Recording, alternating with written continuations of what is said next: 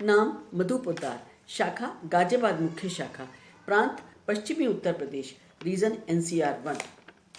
आज का विषय है पिछले 75 वर्षों में भारतीय नारी की स्थिति। यत्र नार्यस्तु पूज्यन्ते रमन्ते तत्र देवता, यानी जहाँ नारी का सम्मान होता है, जहाँ नारी की पूजा होती है, वहाँ देवता निवास करते हैं।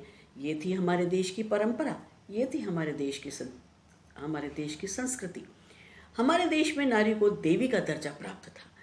नारी शिक्षित थी, उसे वेदों का ज्ञान था। जैसे गार्गी, हमारे देश में नारी रण क्षेत्र में जाती थी, उसे अस्त्र शस्त्रों का ज्ञान था। जैसे केकई, उसका विवाह उसकी इच्छा से स्वयंवर द्वारा ही किया जाता था, उसको पुरुषों से अधिक सम्मान मिलता था, उसका नाम पुरुष से पहले लिया जाता था। जैसे सीताराम, राधा कृष्ण।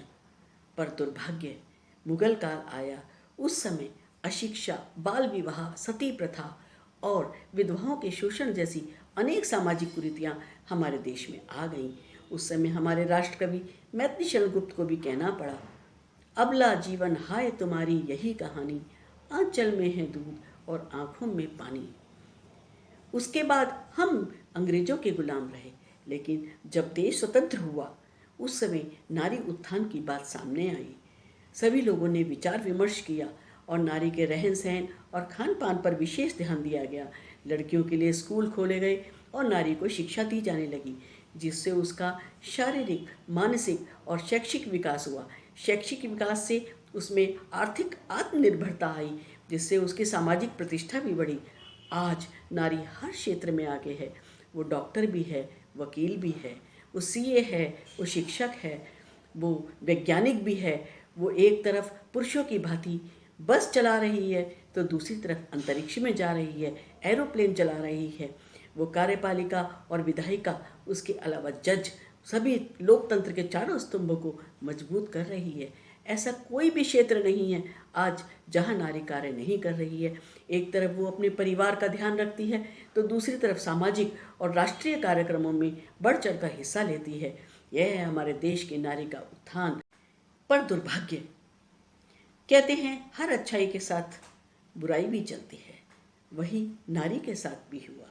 नारी की शैक्षिक उत्थान और आर्थिक आत्मनिर्भरता से अहंकार भी उत्पन्न हुआ, जिससे अहंकारवश पारिवारिक गृह क्लेश और संबंध विच्छेद बढ़े।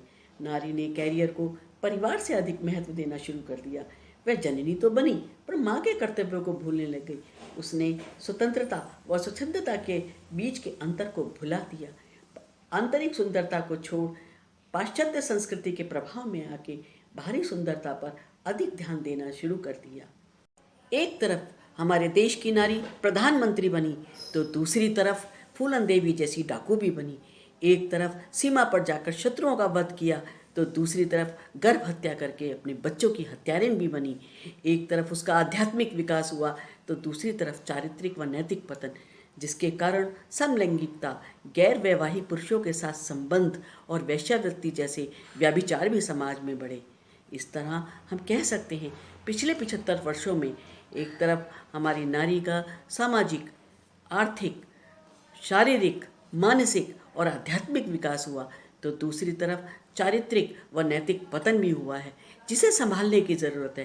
कहते हैं नारी राष्ट्र निर्माता भवति।